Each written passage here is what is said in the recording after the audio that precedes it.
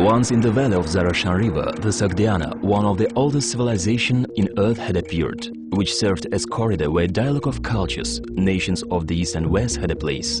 This is the land of rolling sand dunes and boundless prairies and fields. This is the land of innumerable resources, the land of kind and diligent, grateful people involved in productive labor, the land bearing the name of the great person who raised the fame of our nation to unlimited heights, glorified our motherland all over the world. Navoiy. Navoiy region is a big industrial region along with a unique nature. Blooming cities and enterprises developed based upon modern technologies.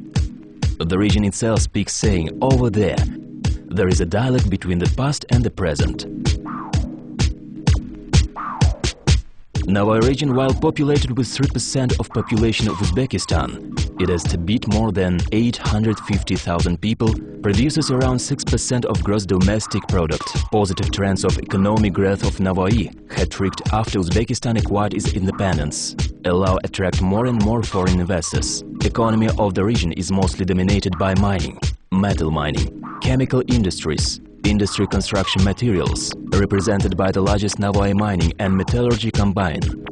Open joint stock company Navoiy Azot, joint venture Elektrochimzavod, open joint stock company Kızılkum Cement, other enterprises of construction materials and light industries. Today, construction of the first stage of cement plant is underway, allowing manufacturing additionally 1 million tons of cement a year.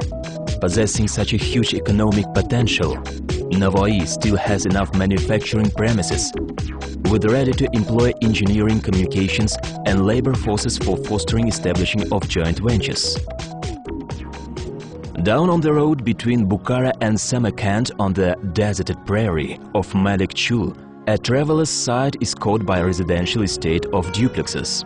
This is the youngest regional center of Uzbekistan, city of Navoiy.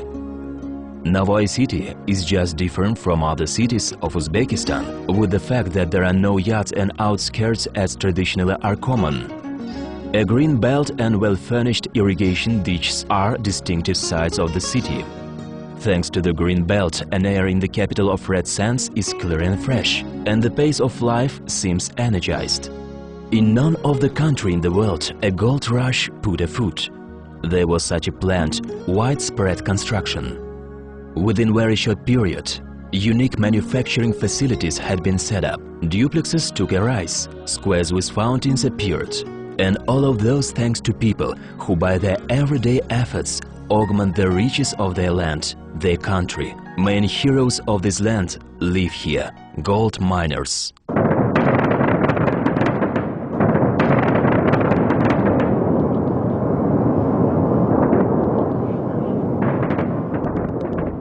The precious metal of the main minefield, Muruntau, was not easy to get hold of, and whole industrial complexes were needed. Specialists assume that there is no such large-scale precious metal mining in all over the world. The gold mined here is not less than the one mined in Russia's Lens goldfield.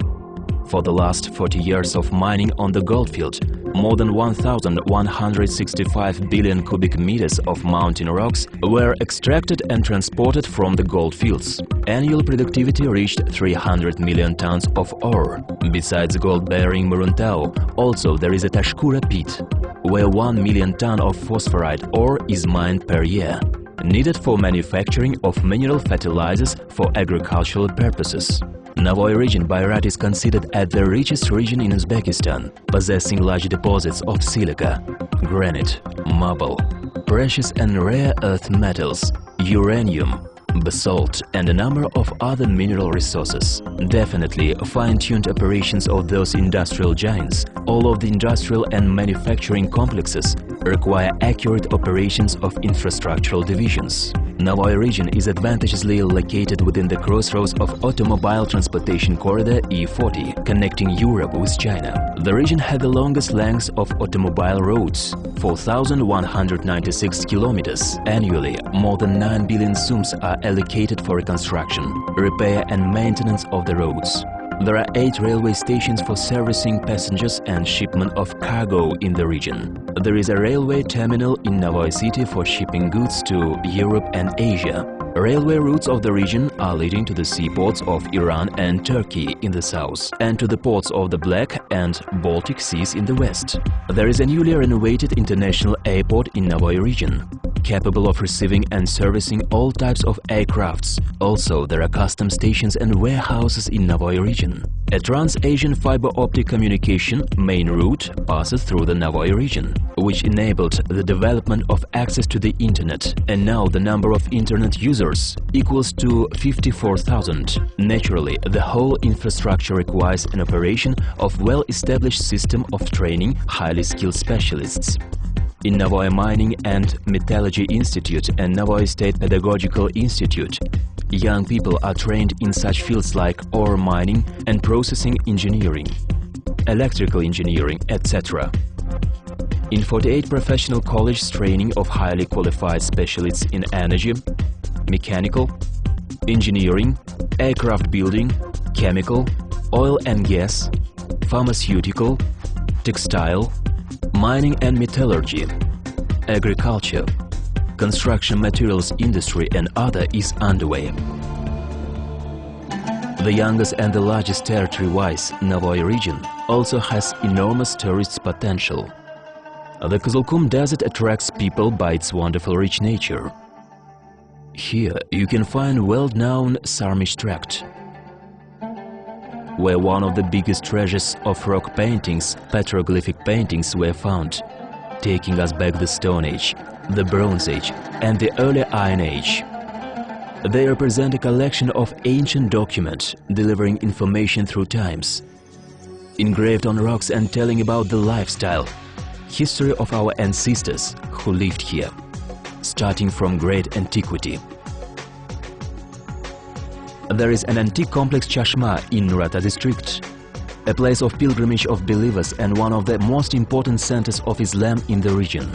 According to the legend, supposedly in old time, a meteorite fell in here, which shed the lights, and on the spot where it fell, a crater had formed, and a marvelous spring blew, water having healing features.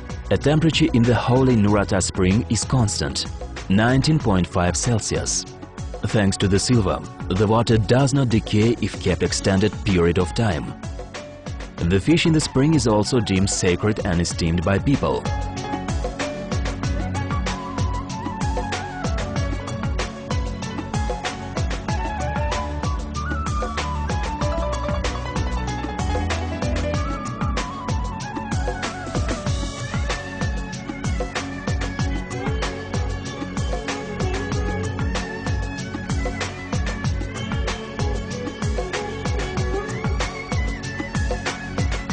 Here you can find one of the most ancient archaeological monuments, a fortress built by the order of the Alexander the Great.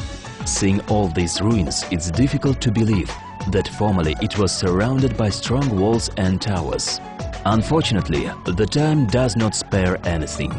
There is one more place of pilgrimage of the believers: crypts, burials of Imam Kassan and Imam Kusan. It's symbolical that young people starting their joint lives come here so that to receive blessing of their great ancestors. There is also an architectural ensemble of 16th century in Karmana district, close to the regional center, city of Navoiy. This is a mosque, Kasim Sheikh. Kasim Sheikh Azizon was a great expert of philosophy and religion, a councillor of Bukhara's Emir Abdullah Khan. People do remember and honor their holy past. Lake Aydarkul had acquired a special popularity of tourists. It's amazing that the lake, which charmed by its beauty, is located in the middle of Kızılkum Desert. Splendid wild nature surrounds the lake. Here you can spend some quality time by fishing or diving into the life of nomads.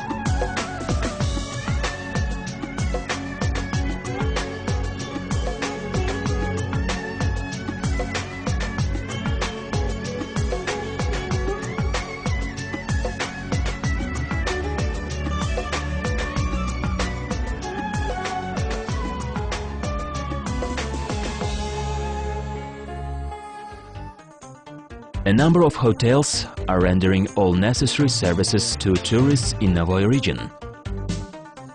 Exquisite style and high standards of servicing are their credo. Not very far from Navoiy city, you will see two monuments of 1,000 years old. One is tank Sardoba, a round-shaped tank inserted underground at 12 meters depth, and cold water kept there all summer long. People compared the taste of the water with marvelous water of the Zamzam spring in Mecca. Next to it, there is another ancient construction, a brick-made building Rabat Malik, King's Palace. Built in 1078 in the period of Karhanid ruler, Shams al-Mulka. Sardoba and Rabat Malik some time ago served as a place of lodging for travelers, and also were the place of big trades for traders. And now, after 1,000 years of their existence, a new ensemble of our times is being constructed. December 2nd of 2008, a decree of the President of the Republic of Uzbekistan, Islam Karimov, was adopted, declaring that in an effort to form a new investment climate and conditions for attraction of foreign direct investments and maximum effective use of advantages of multimodal transport logistic point Navoiy, create the first in the Republic a free industrial economic zone in the center of Uzbekistan and all of the Central Asian region.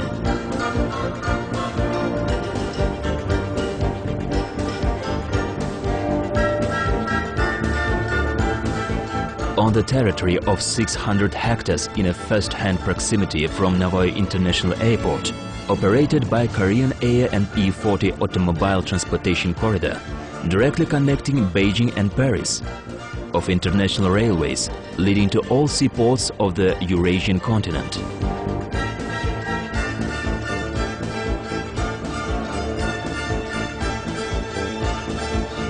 Today, Navoiy, having kept a historical and modern look pertaining to itself, has stepped into another level of its development, which is due to the developments Uzbekistan had undergone through.